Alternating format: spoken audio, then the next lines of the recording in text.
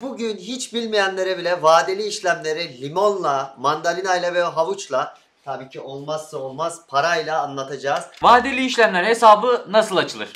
Evet, vadeli işlemler hesabı açarken kod girmeniz oldukça önemli. Vadeli işlemler hesabı açarken bu bölüme Türkiye yazarsanız bir ay boyunca tam %10 komisyon indiriminden faydalanabilirsiniz. İşlemler cüzdanına nasıl para aktarılır? İlk kez vadeli işlemler cüzdanına giriyorsanız hemen sağ üstte bulunan şu an lazerle ve mouse'la gösterdiğimiz yerdeki çift oka tıklıyoruz.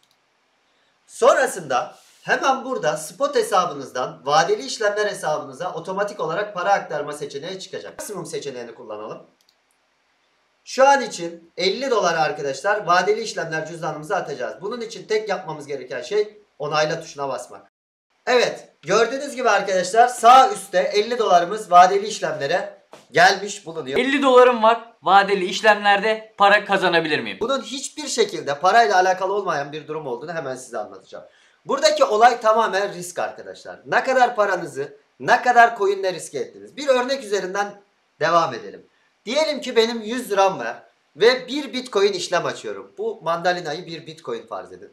Diğer kişinin 200 lirası var ve 2 tane bitcoin açtığında aslında bunların risk eşiğinin aynı olduğunu görebilirsiniz. Hemen sağ üst tarafta bulunan hesap makinesi özelliğini kullanmanız gerekiyor. Bunun için ne yapıyoruz? Hesap makinesi seçeneğine tıklıyoruz. Hesap makinesi seçeneğine tıkladıktan sonra en önemli yerlerden bir tanesi de henüz işlemi açmadan likidasyon fiyatımızın belli olması. Hemen orada likidasyon fiyatına tıklıyoruz. Evet, burada daha pozisyonumuzu açmadan paramız ne kadar olursa olsun risk eşiğimizi belirlememiz gerekiyor. Şimdi giriş fiyatımıza 20.000 dolar yazalım. Ve 0.01 tane BTC açalım. Ve sadece 50 dolarımız olsun ve bir hesaplama yapalım.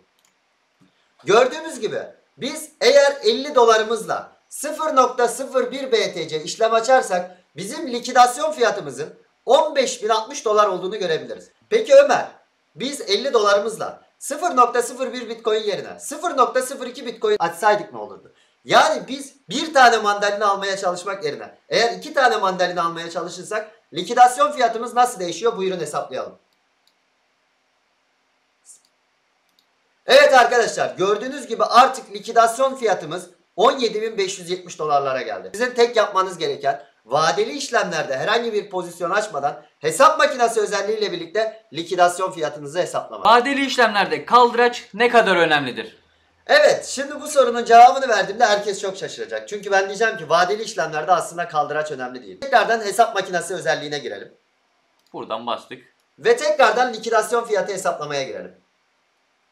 Şu an mevcut kaldıracımızı gösteriyoruz hemen şurada. Gördüğünüz gibi mevcut kaldıracımız 20x'te. Bakın 20x'te. Yine 20.000 dolardan 0.01 BTC aldığımızı hesaplayalım. 0.01 BTC. Ve yine 50 dolarımız var arkadaşlar. Hesapla butonuna basalım. Gördüğünüz gibi arkadaşlar likidasyon fiyatımızın 15.060 dolar olduğunu göreceğiz. Şimdi kaldıraç oranımızı böyle maksimuma dayayalım. Yani en fazla müsaade edilebilen kaldıraç oranı olan 125x'e dayayalım. 125x'e dayayalım. Giriş fiyatımızı tekrardan 20.000 dolar yapalım. Ve buraya tekrardan 0.01 BTC yazalım. Ve hesaplamaya basmadan ben hemen şunu söyleyeyim. Bence likidasyon fiyatımız değişmiyor. Arkadaşlar gördüğünüz gibi likidasyon fiyatımız değişmedi. Acemiyim. İzole marjin mi, çapraz marjin mi kullanmalıyım? Bunların farkları nelerdir?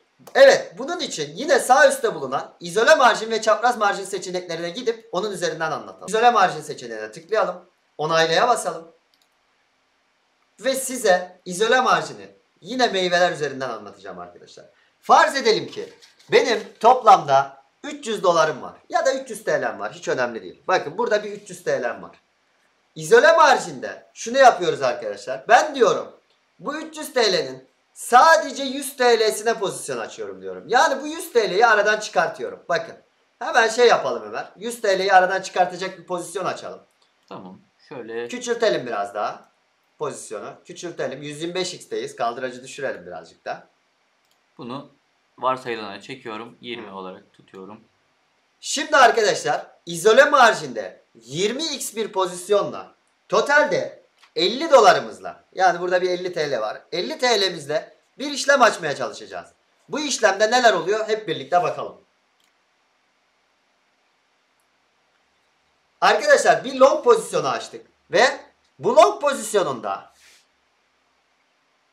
marjin yazan bölümde gördüğünüz gibi 5.58 dolarımız ne oldu arkadaşlar? 5.58 dolarımız ayrıldı. Yani 50 TL'mizin hemen hemen 45 TL'si hala cebimizde dururken sadece pozisyona 5 TL ile girdik. Bu şu demek oluyor arkadaşlar.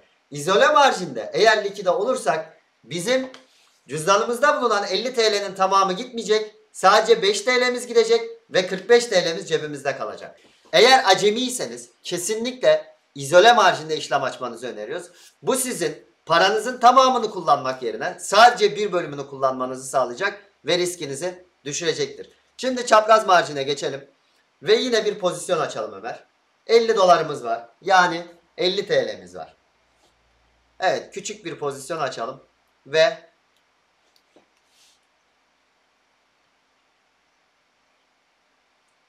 arkadaşlar gördüğünüz gibi likidasyon fiyatımız 15.467 dolara geldiğinde izoleden farklı olarak ayırdığımız bakın marjin kısmında gözüken 5 TL'miz değil artık paramızın tamamı olan 50 TL'miz cebimizden gitmiş olacak. Birden fazla pozisyon açtığımda likidasyon seviyem etkilenir mi? Bunun iki yönlü cevabı var. Eğer izole marjindeyseniz etkilemez. Çapraz marjindeyseniz etkiler.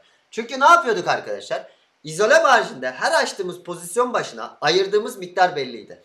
Dolayısıyla biz 5 liramızla yani 5 dolarımızla bir mandalina alıp bunu bir köşeye ayırdık. Ama cebimizde hala duran 45 liranın başka bir 5 lirasıyla bir tane de havuç işlemi açtığımızda izole marjinde birbirini tetiklemediğini, yani birbirinin likidasyon fiyatını etkilemediğini göreceğiz. Ama birçoğumuzun çapraz marjin kullandığını düşünürsek olayın böyle olmadığını şöyle açıklayabilirim. Totalde paramız neydi arkadaşlar? 50 dolardı. Bizim riskimiz neydi? Bir mandalinaydı. Yani bir long pozisyonu açtığımızı düşünelim. Biz mandalinanın yani BTC'nin yükseleceğini düşünüyoruz. Ve 50 liramızla sadece bir BTC'lik bir pozisyon açarken araya limonu da yani Ethereum'u da sokarsak artık 50 TL'mizde hem bir limon hem de bir mandalinayı ortaya koymuş oluyoruz. Yani riskimizi büyütüyoruz. Hiçbir şey yapmadım ama açık olan pozisyonumun likidasyon seviyesi değişiyor. Neden?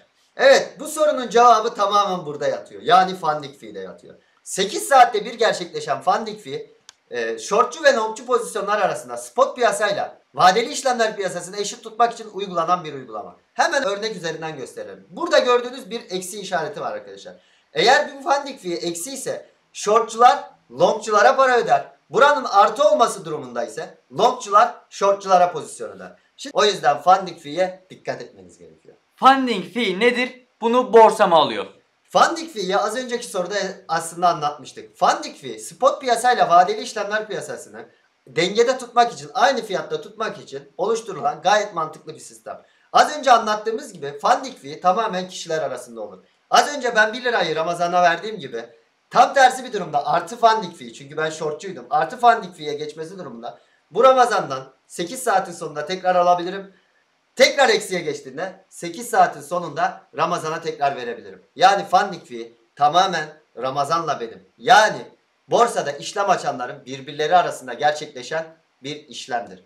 Kesinlikle funding fee'yi borsaların aldığını düşünmeyin. Açık olan pozisyonumun kaldırıcını değiştirdim ama hiçbir şey değişmedi. Neden? Aslında bunu ilk başta bahsetmiştik. Bizim şu anda var olan pozisyonumuzda gördüğünüz üzere arkadaşlar bir Bitcoin pozisyonu açık ve 27x ile açık. Benim 100 TL'm olduğunu farz edersek, yani 100 dolarım olduğunu farz edersek ben bir Bitcoin'lik işlem açtım. Bu kaldıracı değiştirmem açık olan bir Bitcoin'imin pozisyon büyüklüğünü değiştirmeyeceği için herhangi hiçbir şey değiştirmeyecek. Ömer buyurun deneyelim. İlk önce likidasyona bakalım, bir yaklaştıralım. Gördüğünüz gibi likidasyon fiyatımın 13.953 dolar olduğunu göreceksiniz. Peki 27 kaldıraç yerine ben bu kaldıracı haydi gelin birlikte yükseltelim. Hemen sağ üst kısma geliyoruz. Burada 27x yazan yere tıklıyoruz. Ve Ömer sona doğru dayayalım. 125x'e basalım. Onaylaya basalım ve hemen şu tarafa geçelim. Gördüğünüz gibi arkadaşlar kaldıracım 125x'e çıkmışken likidasyon fiyatımın değişmediğini görüyorsunuz. Buradaki ufak değişmeler şu an açık olan pozisyonların birbirlerini tetiklemesinden kaynaklanıyor. Yoksa herhangi bir şekilde likidasyon fiyatım değişmedi. Arkadaşlar eğer likidasyon fiyatım değişseydi zaten bu saçma bir durum olurdu. Var olan önceden riske attığınız parayı sonradan kaldıraca değiştirerek artacağını ya da azalacağını düşünmeniz biraz garip olmuyor mu? Şöyle düşünün, o zaman herkes şunu yapardı. Var olan bir pozisyonu küçük bir kaldıraçla aç, sonradan kaldıracını yükselt ve mandalinalarının arttığını düşün.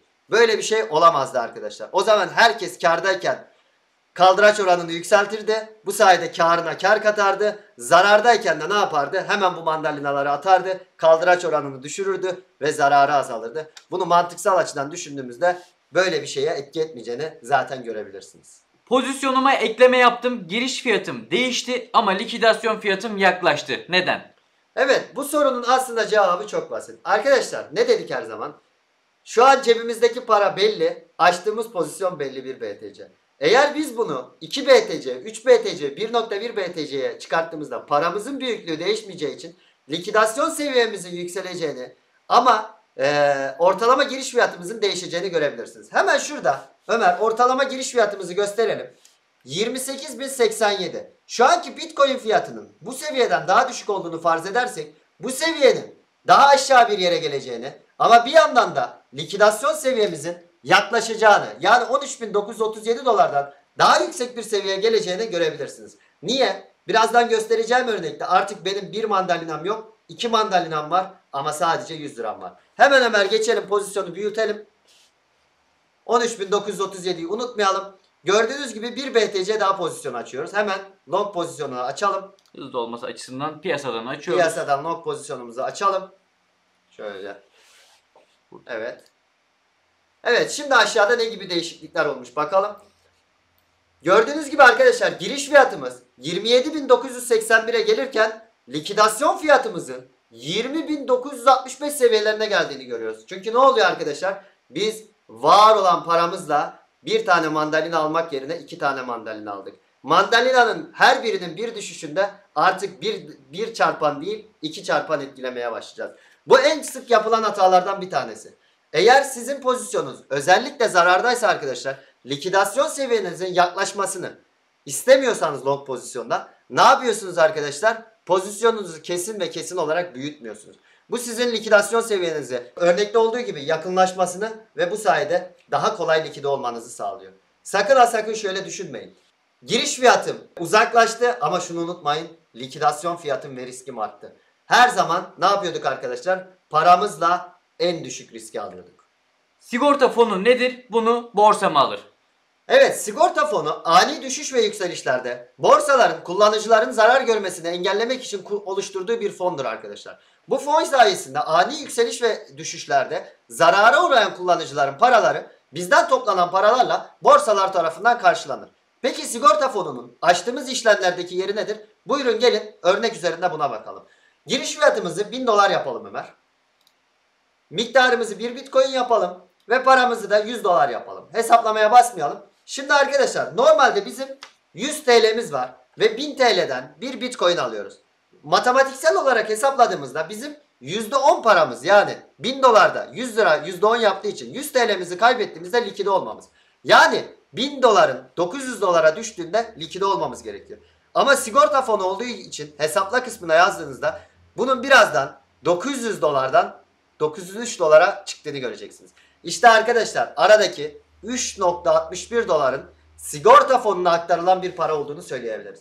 O yüzden ben ne diyorum arkadaşlar? Her ne olursa olsun sigorta fonuna para ödememek için muhakkak likide olmayınız. Likide olacağınız seviyenin bir tık üzerine bir stop koyarak bu sigorta fonunun cebinizde kalmasını sağlayabilirsiniz. Take profit, stop loss nedir? Nasıl kullanılır? Take profit stop loss kar al ve zararı durdur özelliğidir. Bunun için ne yapmamız gerekiyor arkadaşlar? Şurada gördüğümüz kalem işaretine tıklıyoruz. Gördüğünüz gibi karda olan bir işlemde take profit yani kar al ve stop loss zararı durdur yapacağız. Kar al dediğimiz özellikle arkadaşlar biz hangi yerden kar almaya çalıştığımız. Gördüğünüz gibi giriş fiyatımız 0.086 olan bir pozisyonda şu an short pozisyonda 0.081 ile karlı bir durumdayız. Burada kar al özelliğini yazalım Ömer. Tabii. 0.08078 yazalım. Gördüğünüz gibi arkadaşlar burada eğer ben bu pozisyonum 0.078'e gelirse 0.08078'e gelirse bu pozisyonumu otomatikman bu koyduğum emir sayesinde ekranın başında beklemeden kapatmamı sağlayacağım. Bu arada karlı bir pozisyon seçtim ki stop loss yani zararı durdur özelliğini de kullanmak için. Zararı durdur özelliği sadece zararda olan bir pozisyon için değil, az sonra göstereceğim gibi karda olan bir pozisyon için de kullanabilir. Ömer şimdi burada şunu yazalım. 0.083 yazalım. Evet arkadaşlar gördüğünüz gibi bu pozisyon bir karda ama ben şunu diyorum. Eğer 0.078'e gelirse bu pozisyondan kar al. Ama bu pozisyon biraz yükselirse benim karımı devam ettir. Devam ettir. Ama yine bu 834 dolar karımı al diyoruz. Buradan onaylaya basalım Ömer. Şimdi gidelim açık emirlere. Büyütelim burayı. Evet arkadaşlar gördüğünüz gibi buraya biraz sol tarafa alalım Ömer. Buraya koyduğum iki emir geldi arkadaşlar. Hangi emir daha önce gerçekleşirse bu pozisyon tamamen kapanmış olacak. Peki gelin bunu bir de zararda olan bir pozisyonda yapalım. Ama öncesinde şunu yapalım. Bu emri nasıl iptal ederiz? Hemen Ömer sağ tarafa doğru çekelim. Bakın gördüğünüz gibi çöp kutusu işareti var. Oraya basalım. İsterseniz tekini isterseniz ikisini kaldırabilirsiniz. Kaldıralım. Ve şimdi gelelim zararda olan bir pozisyonda özellikle stop loss nasıl kullanılıyor. Biraz büyütelim. Bakın Bitcoin pozisyonum da zararda. Şimdi yine kalem işaretine tıklayalım. Gösterge fiyatlarına bakalım. Şu an benim 27.981'de girdiğim Bitcoin'in fiyatı long pozisyonda 27.889'a düşmüş. O zaman kar alıma 28.500 yazalım. Gördüğünüz gibi eğer 28.500'e gelirse 1036 dolar kar edeceğim. Peki zararı durdurula şöyle yapalım Ömer. Bu pozisyon 27.500'e düşerse ben artık diyorum ki ben bu pozisyondan çıkacağım ne olursa olsun. Bu durumda ne oluyor arkadaşlar? Ben 963 dolar zararla ne yapıyorum? Diyorum ki artık bu pozisyondan çık. Onaylaya basalım. Açık emirlere tıklayalım. Evet arkadaşlar gördüğünüz gibi yine açık emirlerim geldi. Bu da zararda kullanabileceğiniz stop loss özelliğiydi. İsterseniz yine aynı şekilde iki tane çöp kutusu işaretine basarak kolayca silebilirsiniz. Tek profit ve stop loss budur. Pozisyonumu sadece tek bir seferde mi kapatabiliyorum? Hayır arkadaşlar gördüğünüz gibi burası şu an gösterge fiyatı. Burada da pozisyonumuzda kaç adet olduğunu gösteriyor. İsterseniz kolay olması açısından şuradan Bitcoin fiyatına gidelim. Daha çünkü iki tane var arkadaşlar. Burada iki tanenin üstüne tıklayalım. İsterseniz %10, %25, %50, %75, %100 seçeneklerini kullanabileceğiniz gibi klavyeden sil tuşuna basalım Ömer. Mesela 0.15 yazalım. Fiyatı değiştirelim. 28.500 yazalım. Tamam 28.502 olsun. Bu arkadaşlar limite basalım. Bakın gördüğünüz gibi ne diyor arkadaşlar? Eğer diyor 28.502'ye gelirse 0.15 BTC'ni kapatırım. Benim iki tane pozisyonum vardı. İstersem parçalı bir şekilde kapatabilirim. İptal ete basalım tekrardan. Eğer bunun tamamını bir limit emriyle kapatmak istiyorsanız arkadaşlar miktara gelip %100 yapıp yine limit ya da piyasa emriyle kapatabilirsiniz. İstediğiniz zaman, istediğiniz miktarda, istediğiniz kadar kapatabilirsiniz. Limit emir ile piyasa emri arasındaki fark nedir? Arkadaşlar limit emri aslında verdiğiniz limit üzerinden pozisyonunuzu kapatmanızı sağlar. Az önce örnekte gösterdiğimiz gibi biz şu an var olan 27.900'deki Bitcoin'i 28.500 dolara geldiğinde kapatmak istiyorsak bir limit emri koymamız ve maker olmamız gerekiyor. Bu da komisyona yansıyacak. Birazdan anlatacağım. Ama diyorsanız ki mesela üstte bir pozisyon var ve 1100 dolar karda. Ben şu an hiçbir şeye bakmayayım deyip piyasaya bastığım an şu an var olan fiyat üzerinden bu pozisyonu kapatmış olacak. Yine isterseniz burada yüzdelik seçebilir ya da pozisyonun tamamını kapatabilirsiniz.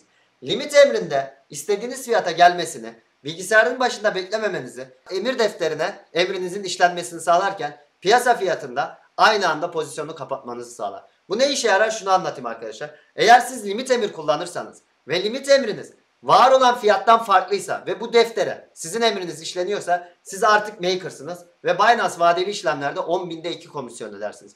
Eğer siz bu pozisyonu piyasada kapatırsanız tam 10.000'de 4 yani çarpı 2 fazla komisyon ödersiniz. Bu yüzden limit emrini kullanmanız her zaman komisyon açısından daha az komisyon ödemenize sebep olacaktır. Kripto kurdu olarak bugün sizlere kaldıraçlı işlemleri A'dan Z'ye anlatmaya çalıştık. Bu tür videoların devamı için videoyu beğenmeyi ve aklınıza takılan yeni soruları sormayı unutmayın. Ayrıyeten bir hatırlatmada yapmamda fayda var arkadaşlar. Yorumlar kısmına yazacağınız mantıklı sorulara artık YouTube'un yeni gelen özelliği sayesinde size videolu olarak cevap verebileceğiz. Siz de vadeli işlemlerle ilgili merak ettiğiniz bütün soruları yorumlara yazabilir ve şu an gördüğünüz gibi face to face görüntülü olarak bizden cevap alabilirsiniz.